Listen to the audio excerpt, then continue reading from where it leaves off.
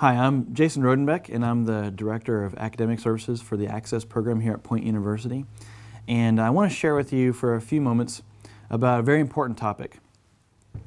Specifically, what we're talking about today is plagiarism. And the way I want to approach it is I want to talk to you about the purpose for writing.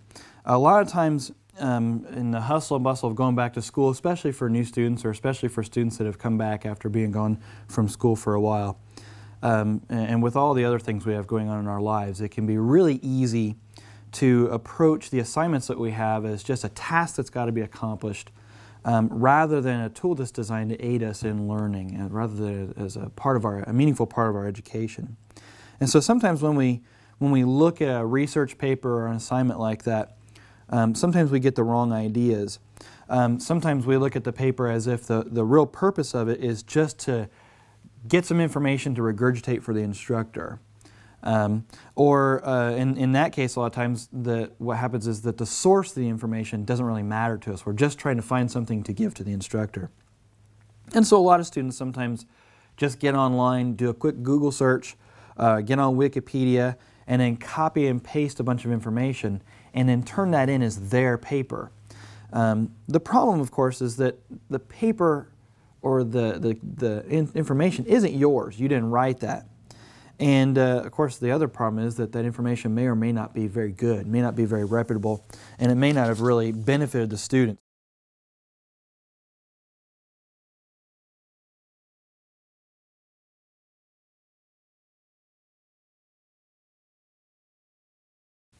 So I want to go over these three purposes for writing. The first purpose for writing a paper or doing an assignment is to reveal that you as a student have researched, found, and read good, relevant information or ideas from quality sources. What that means is that your research needs to be good research. Using reputable sources such as books, journals, periodicals, and you can use websites or online research, but your websites need to be reputable or scholarly websites. There are a lot of websites out there that are not scholarly and not the kind of sources you want to use for a good paper or for an assignment. The library website here at Point University has great research tools that are at your disposal. Online journal article websites or search engines that you can use. The goal is to show that you've researched legitimate resources by citing that research. So taking bits and pieces of what you've read and incorporating into your paper and quoting it and citing it using MLA or APA standards. You've got to note every instance in which you've quoted or used someone else's words using MLA or APA standards of citation. What's not acceptable then, according to this first purpose, is just doing a Google search on your topic and using the first website or blog that you find or going directly to Wikipedia. These sources may sometimes be good ways to start research, but they may or may not be legitimate sources of information. You really need to dig a little deeper in doing your research for a paper. The second purpose for a paper or for your writing is to reveal that the student has critically reflected on and processed that information or those ideas. We want to know that you've grown, whether intellectually or personally or professionally or spiritually. We want to know that the information has changed you in some way, or that it has helped you develop an informed understanding of the ideas that you're researching or the topic that you're talking about. So your paper or your assignment needs to reveal that you have thought about what you've read. And that means that the paper needs to be written by you in your own words. It can contain your own opinions, but they need to be informed opinions. And in fact, it needs to contain your own opinions, but those need to be informed opinions based on your research. So you do the research, you cite the research, and you talk about the research. That's important. Again, you cite your research using MLA and APA standards. What's not acceptable then is just copying and pasting large pieces of information and turning it in as if you've written it yourself. That's actually theft. That's stealing someone else's ideas and turning them in as if you've written those ideas. And it's important to note, even if you cite it properly, it can still be plagiarism. You can still be breaking this rule.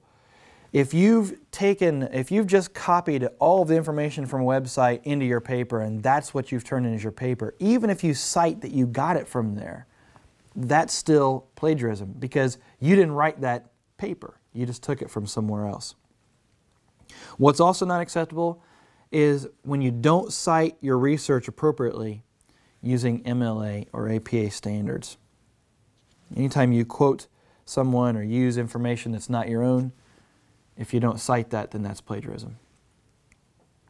The third purpose of writing a paper, doing an assignment, is to reveal that you as a student can meaningfully articulate your own thoughts about that information or those ideas and can integrate them into a unique message that only you can produce because of your own unique strengths or insights or your own worldview. So the paper should reveal that you've used your very best linguistic and grammatical skills to communicate your research and those ideas. And even though that's a challenge for some folks, but again, here at Point University, we have a great resource for you in the Educational Resource Room or the ER, the first floor of the library. They can help you with that. The paper should reveal who you are as a person, but it needs to be in language that people can read and understand. So it needs to be written in your own words, but in language that other people can read and understand. It should be unique, it should reflect you, but it needs to also be well spoken. What's not acceptable is papers that are turned in with poor grammar, papers that aren't written or have poor style as far as the format of the paper itself, papers that aren't using MLA or APA writing standards for the whole paper. What also is not acceptable is conversational language. Papers shouldn't use slang or colloquialisms, certainly shouldn't use vulgarity. In other words, we shouldn't write the same way that we talk. And that's important.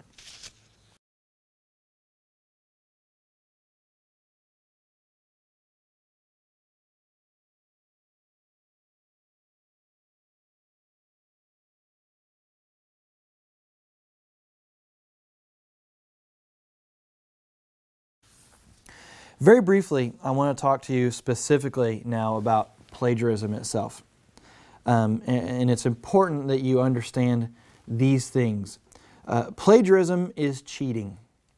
And we define plagiarism as anytime you take someone else's ideas and you turn them in as if they've come from you. This amounts to anytime you've copied and pasted or taken information without citing those sources using MLA or APA standards.